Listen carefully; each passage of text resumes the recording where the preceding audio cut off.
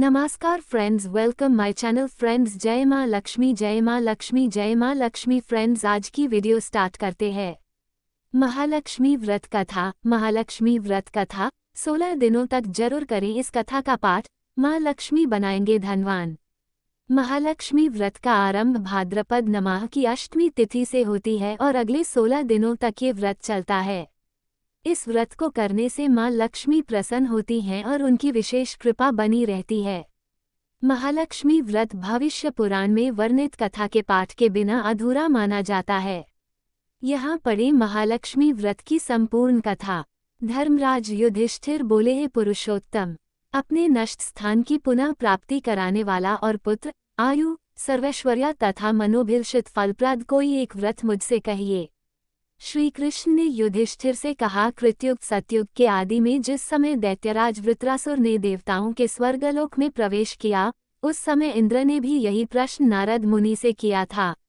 इंद्र के पूछने पर नारद जी कहने लगे, हे इंद्र, सुनो, पूर्व समय में अत्यंत रमणीय पुरंदपुर नाम का एक नगर था। उसकी भूमि रत्नों से युक्त थी और पर्वत भी रत्नों से भरे हुए थे। वह नगर धर्म, अर्थ, काम, मोक्ष इन चारों पुरुषार्थों का उत्पत्ति स्थान होने के कारण संसार का भूषण स्वरूप था। उस नगर में मंगलमय मंगल नामक राजा राज्य करता था। उसके महादुर्भागा चिल्लदेवी और यशस्विनी चोलदेवी ये दो रानियां थीं। एक समय राजा मंगल चोलदेवी के साथ महल के शिखर पर बैठा था। वहां से उसकी दृष्टि समुद्र के जल से घिरे हुए एक स्थान पर पड़ी। उस जगह को देखकर अति प्रसन्नचित हो राजा ने चोलदेवी से कहा, हे चंचलाक्षी, मैं तुम्हारे लिए नंदनवन को भी ले जाने वाला एक बगीचा बनवा दूंगा। राजा के वाक्य को सुनकर रानी ने कहा, हे एकांत, ऐसा ही कीजिए। तदनुसार राजा ने उस स्थान पर बगीचा बनवा दिया। वह बाग थोड़े ही समय में अनेक वृक्ष, लता, फूलों और पक्षिगणों से संपन्न हो गया। एक समय उस उद्यान में विकराल शरीर से युक्त मेघ तुल्य काला एक शूका आ गया। वह अपनी दाढ़ों से सूर्य चंद्र को भी खींच सकता था। गर्जन में वह प्रलयकाल के मेघ सदृश था। उसने आकर अनेक वृक्षों को तोड़ मरोड़ डाला और उस उद्यान को चौपट कर दिया।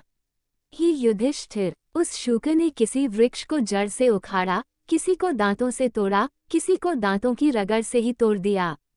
काल के समान उस शूक ने कई रखवालों को मार डाला। तब बगीचा के रक्षक भयभीत होकर राजा के पास गए और सब हाल कह सुनाया। ये बात सुनकर राजा के नेत्र क्रोध से लाल हो गए। राजा ने निजी सेना को आज्ञा दी कि शीघ्र जाकर उस शूक को मार डालो। तदनंतर राजा भी एक मतवाले हाथी पर सवार होकर उद्यान की ओर चले। वह सेना अश्वसमूहरूपी वस्त्र से ढकी हुई पृथ्वी को हिलाती तथा रथों की शीघ्र गति से उत्पन्न पवन से संपूर्ण सैनिकों को कंपाती तथा पैदल सेना शब्द से दिशाओं को पूरित करती हुई बगीचे के नजदीक पहुंची और उसे चारों ओर से घेर लिया। अपने उच्च घोष से दिशाओं को प्रतिध्वनित करता हुआ राजा बोला कि जिसके रास्ते से यह शुक्राधम निकल जाएगा, तो मैं उस सिपाही का सिर शत्रु की भांति काट डालूंगा। राजा के वचन सुनकर शूक जिस मार्ग में राजा खड़े थे, उसी मार्ग से निकल गया और राजा कोड़े से अपने घोड़े को मारते ही रह गए। राजा लज्जा से चंद्रवत कलंकित होकर शूक के पीछे पीछे सिंह व्याघ्रों से युक्त घोर वन में जा निकला। उस वन में तमाल, ताल, हेमताल, शाल, अर्जुन आदि के वृक्ष थे। वहां विविध लताएं थीं। झिल्लियों की झनकार से दसों दिशाएं मुखरित हो रही थीं। राजा उस घोर वन में एकाग्रमन से उस शूक को ढूंढ रहा था। एकाएक शूक से उसका सामना हो गया। तब राजा ने बाण से जैसे ही शूक को घायल किया, वैसे ही बाण के लगते शूक अपने अधम शरीर को छोड़कर दिव्य गंधर्व रूप धारण कर विमान पर जा बैठा। गंधर्व बोला, हे महीपाल, आपका कल्याण हो। आपने मुझे शूक योनि से छुड़ाया, अतः बड़ी कृपा की। अब मेरा वृतांत सुनिए। एक समय ब्रह्माजी देवताओं से घिरे हुए बैठे थे और मैं उनको तरह तरह के स्थान व गुणों से युक्त गीत सुना रहा था। गाते गाते मैं ताल स्वर में भ्रष्ट हो गया। इसी कारण ब्रह्माजी ने मुझ चित्ररथ गंधर्व को शाप दे दिया। ब्रह्माजी ने कहा, तू पृथ्वी पर शूका होगा। जिस समय राजाओं का राजा मंगल तुझे अपने हाथों से मारेगा, उस समय तू शूक योनि से छूटकर फिर इस अवस्था को प्राप्त हो जाएगा। अतएव हे महाप्ते, मैं इस योनि में आया था। आज आपके हाथ से मरकर मैं शूक योनि से छूट गया। अब मैं प्रसन्न होकर देवताओं को भी दुर्लभ एक वर आपको देता हूँ, उसे आप स्वीकार कीजिए। धर्म, अर्थ, काम तथा मोक्ष को देने वाला यह महालक्ष्मी व्रत है। इसे करके आप सार्वभौम राजा हो जाएंगे। अब आप प्रसन्न होकर अपनी राजधानी को जाइए। नारद जी कहते हैं, चित्ररथ गंधर्व राजा मंगल से यह कहकर शरत काल के मेघ के समान तत्क्षण अंतर्धान हो गया। राजा मंगल ज्यों ही चलने को हुआ, त्यों ही बगल में मृगछाला लिए एक ब्राह्मण बालक को देखा। राजा ने मुस्कराकर बालक से कहा, हे वटो, देव, दानव, गंधर्व, राक्षस, इनमें आप कौन हैं? आप सच सच कहिए, ऐसे घोर जंगल में आप किस लिए आए हैं? राजा के प्रिय वचन सुनकर बटू ने राजा को आशीर्वाद देते हुए कहा, हे राजन, मेरा जन्म आप ही के देश में हुआ है। मैं आप ही के साथ साथ यहाँ आया हूँ। मेरे योग्य यदि कोई कार्य हो तो बताइए। राजा ने कहा, आज से मैं आपको नूतन कहूँगा। हे वटो, अगर यहाँ कोई तालाब हो तो उसमें से मेरे लिए थोड़ा जल ले आइए। राजा के वचन सुनकर वटू ने राजा को एक बरगद की छाया में बैठा दिया और स्वयं घोड़े पर सवार होकर पक्षिगणों का शब्द सुनता हुआ चल पड़ा। थोड़ी ही दूर आगे जाने पर उसे एक अति रमणीक तालाब दिखाई दिया। वह तालाब वायु के सैकड़ों यत्नों को निष्फल करने वाला, विशुरहित, अगस्त्य मुनि की पिपासा को शांत करने वाला, समुद्र से भी अधिक गंभीर, शीतल मंद सुगंध वायुयुक्त, स्वच्छ जल से पूर्ण था। उसके निकट वह बटू घोड़े को लेकर ज्यों ही गया, त्यों ही कीचड़ में धंस गया। वह घोड़े से उतरकर चारों ओर देखता हुआ तालाब के निकट पहुंचा तो वहां उसने कई स्त्रियों का झुंड देखा। अनेक दिव्यांबरों को धारण किए दिव्य अलंकारों से युक्त होकर स्त्रियां कथा कह रही थीं। तदनंतर वह उन स्त्रियों के पास जाकर अपना वृतांत बताता हुआ कहने लगा।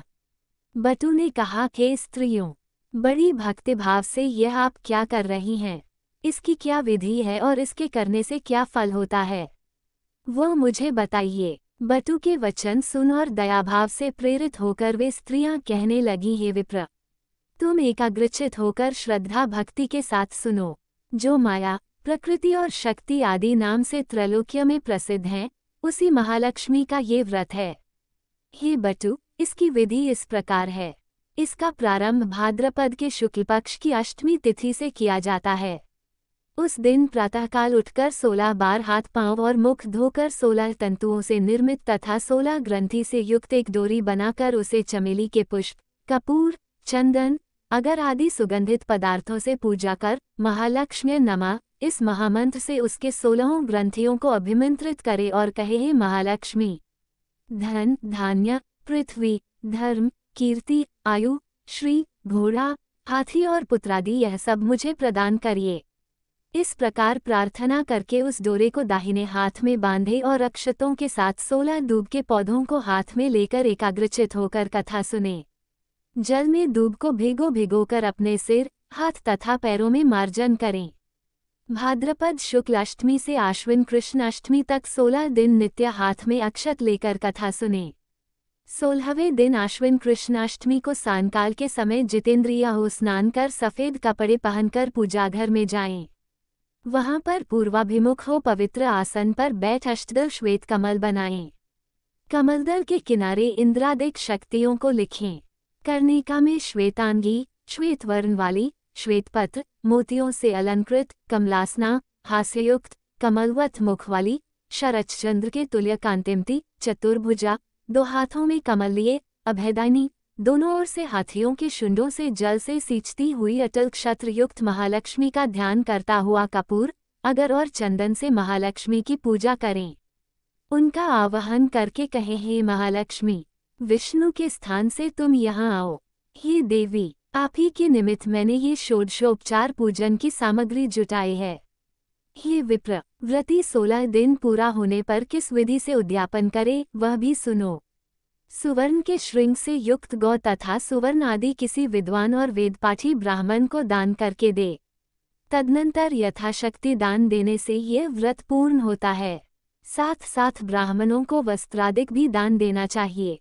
इस प्रकार विधि विधान बता करके स्त्रियां बोली, हे विप्र, सब व्रतों में उत्तम यह व्रत हमने तुमसे कहा है। इसके करने से मनोवांछित फल अनायास प्राप्त हो जाता है। हे विप्र, तुम इस उत्तम व्रत को करो और राजा से भी कराओ। यदि कोई अन्य श्रद्धावान पुरुष मिल जाए तो उससे कहो और उससे भी व्रत कराओ।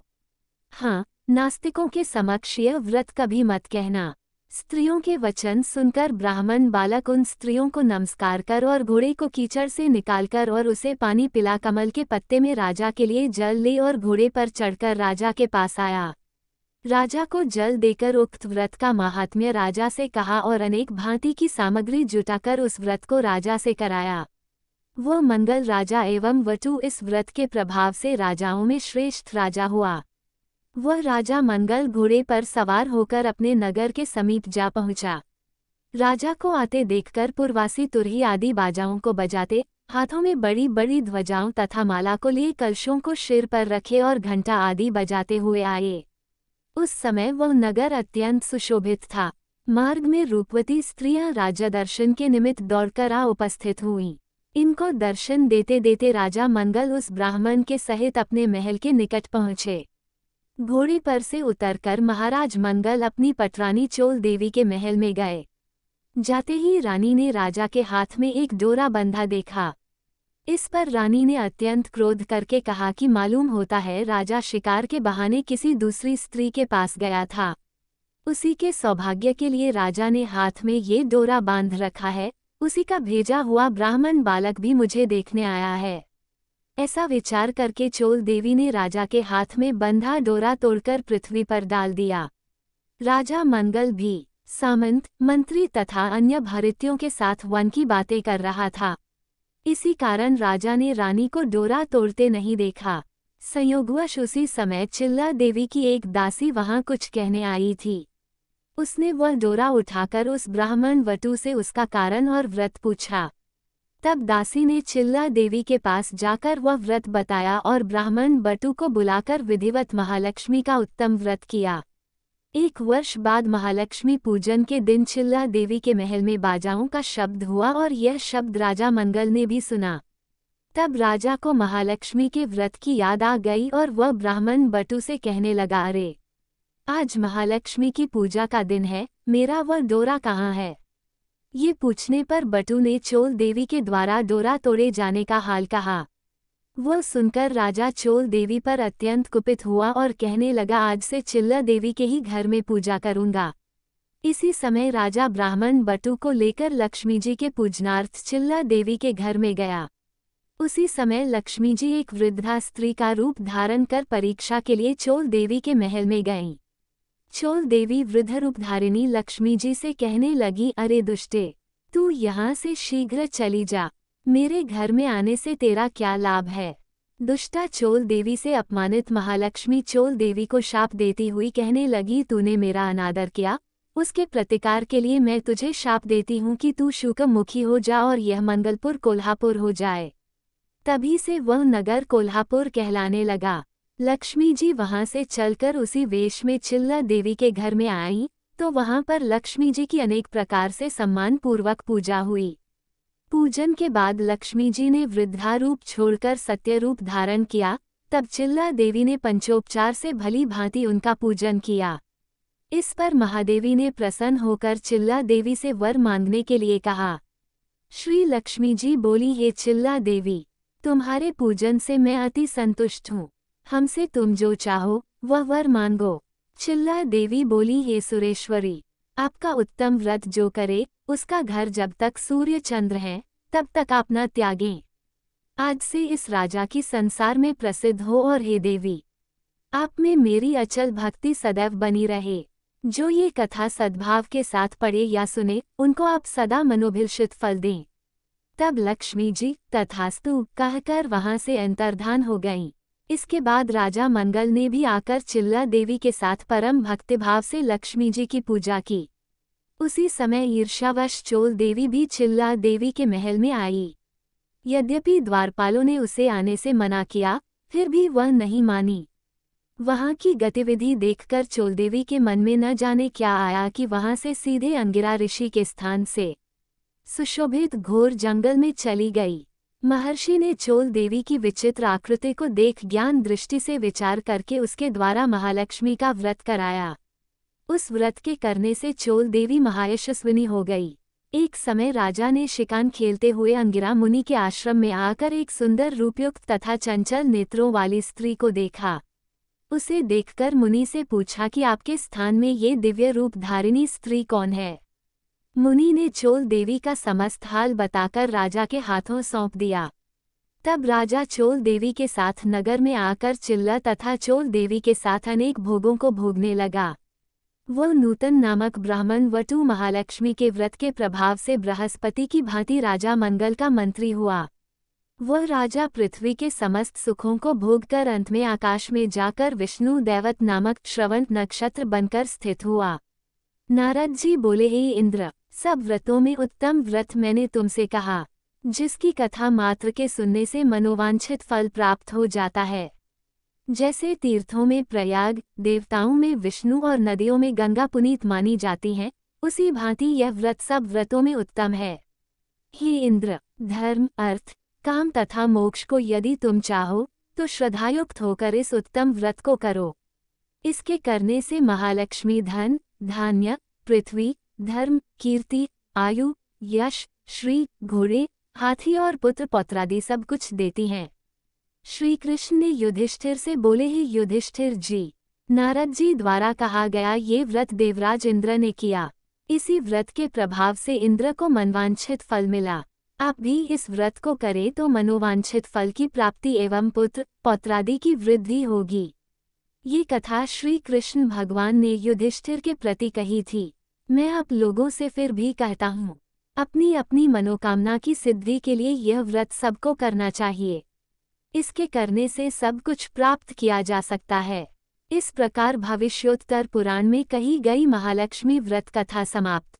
फ्रेंड्स, हमारे वीडियो कैसे लगा है जरूर कमेंट करके बोलना। Friends, please please please like, comment, subscribe और शेयर करना। All friends, thank you so much और धन्यवाद। जय माँ लक्ष्मी, जय माँ लक्ष्मी।